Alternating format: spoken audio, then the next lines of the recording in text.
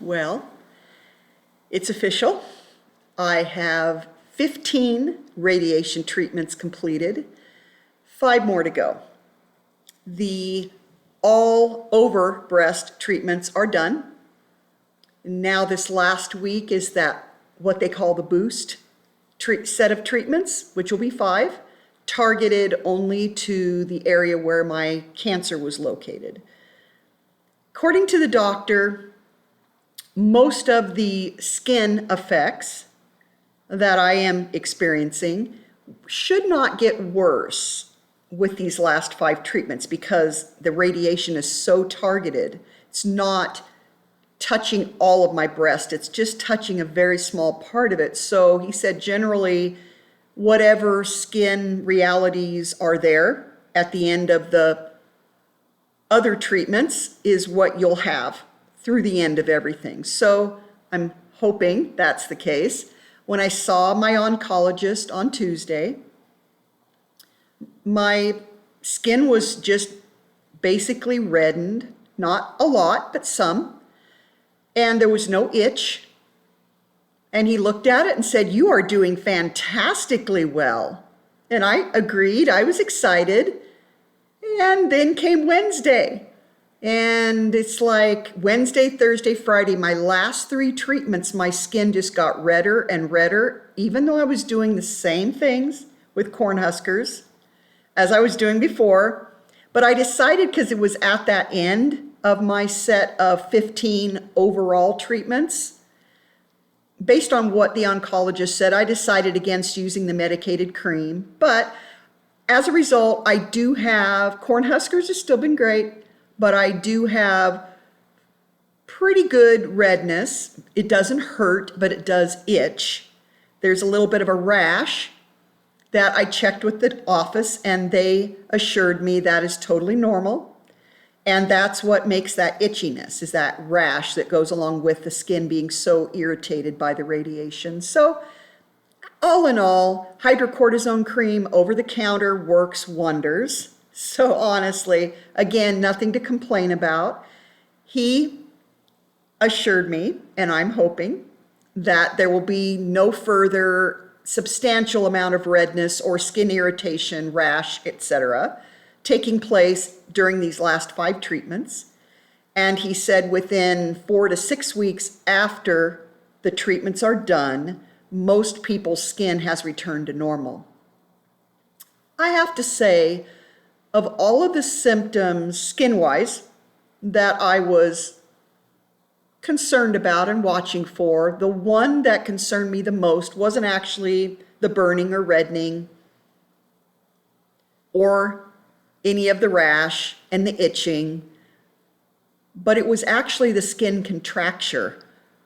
The radiation across the entire breast can actually make, even in a targeted way, it can do the same thing. It can make that skin that's exposed to the radiation contract and become harder and have a different texture than your normal skin. And I was concerned.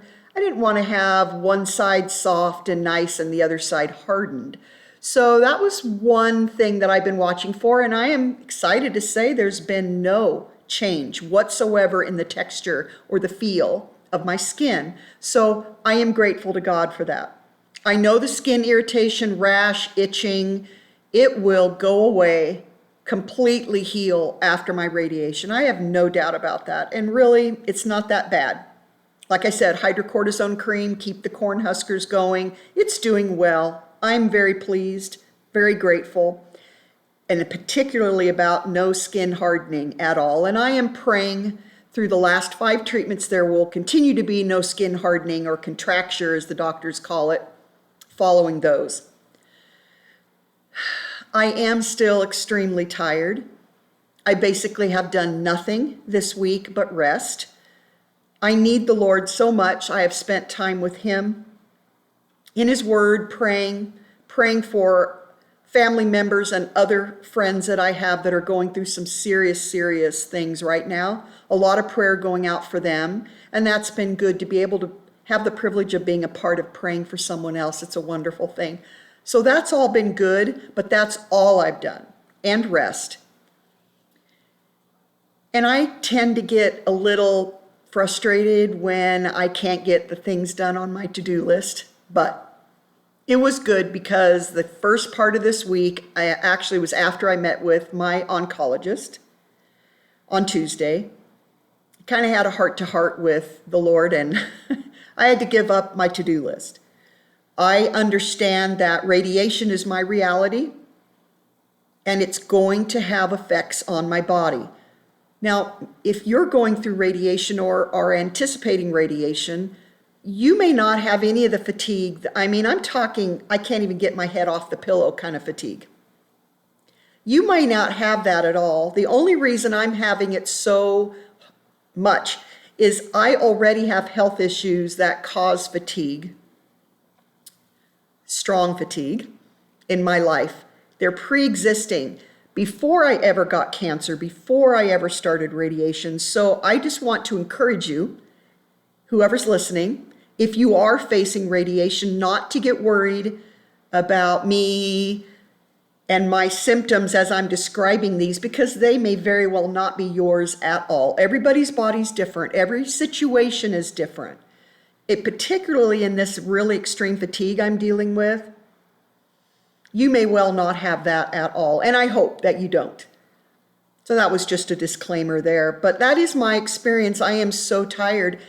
I kind of had a heart-to-heart, as I said, with the Lord and let that go. My to-do list, and I mean, we're coming up on holidays. There's just a lot of stuff going on. I'm letting that go, and I know that my radiation treatments are my priority. They have to be done, and I just need to accept whatever realities my body is going to have to deal with as a result of them. And so I'm letting my to-do list go, just spending time with the Lord every day, in His Word, praying, thinking about Him, choosing to be grateful for so many things that are good that He's allowed in my life, and accepting the things that aren't so good, the things that are hard. So it's been a good shift mentally for me to let go of that, because now I'm at peace about it. I can't get anything done. I have to rest, like major rest, to even do these vlogs. But that's okay. I'm truly okay with that now. I was struggling there for a bit, but I'm okay now. I tend to have a little harder time letting go of things sometimes the way I want them to be, and that was just something that became very clear I had to let go. So that's where I am now. I'm at peace. I'm content. I'm grateful still over everything. I'm just constantly reminded, as I spoke of a moment ago, family members, friends that are going through very serious health issues, some including cancer that has spread to distant parts of their body. So we're talking stage 4 cancers. Those are very, very serious. And I am grateful beyond words for God, who's chosen for whatever reason to make my cancer journey end the way it is and progress the way it is. I don't know why He's allowed theirs to be so different, but my prayers are with them, and I am still knowing that God can heal them totally if He wants to. So I'm still praying toward that end for each and every one of them. So it's been good, just spending time with God, praying for someone else instead of sitting here thinking about myself and, being tempted to feel sorry for myself, because, I truly have nothing to feel sorry for. I am blessed and I am grateful. Yes, I have things going on that are very hard right now, but I still have nothing to complain about. I really, really have nothing to complain about. Even though sometimes I'm human, I do complain. But I really don't have anything worth complaining about compared to what many other people that I know are going through. So my heart's going out to them, and my prayers, and my love.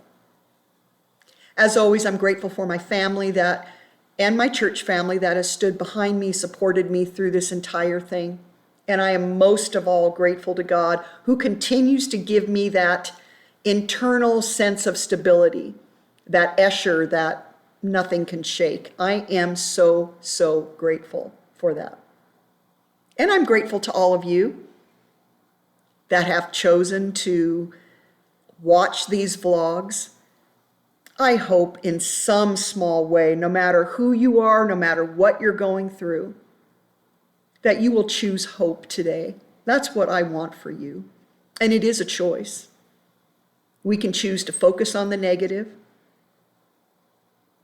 We can choose to focus on the positive. And no matter how bad things are, there is always something good to focus on. And I would encourage you more, even more, most of all, to focus on the fact that there's a God who, yes, has allowed whatever you're going through to happen in your life. He has. He's allowed it. But in the middle of it, he's with you, and he loves you, and he wants you to trust him.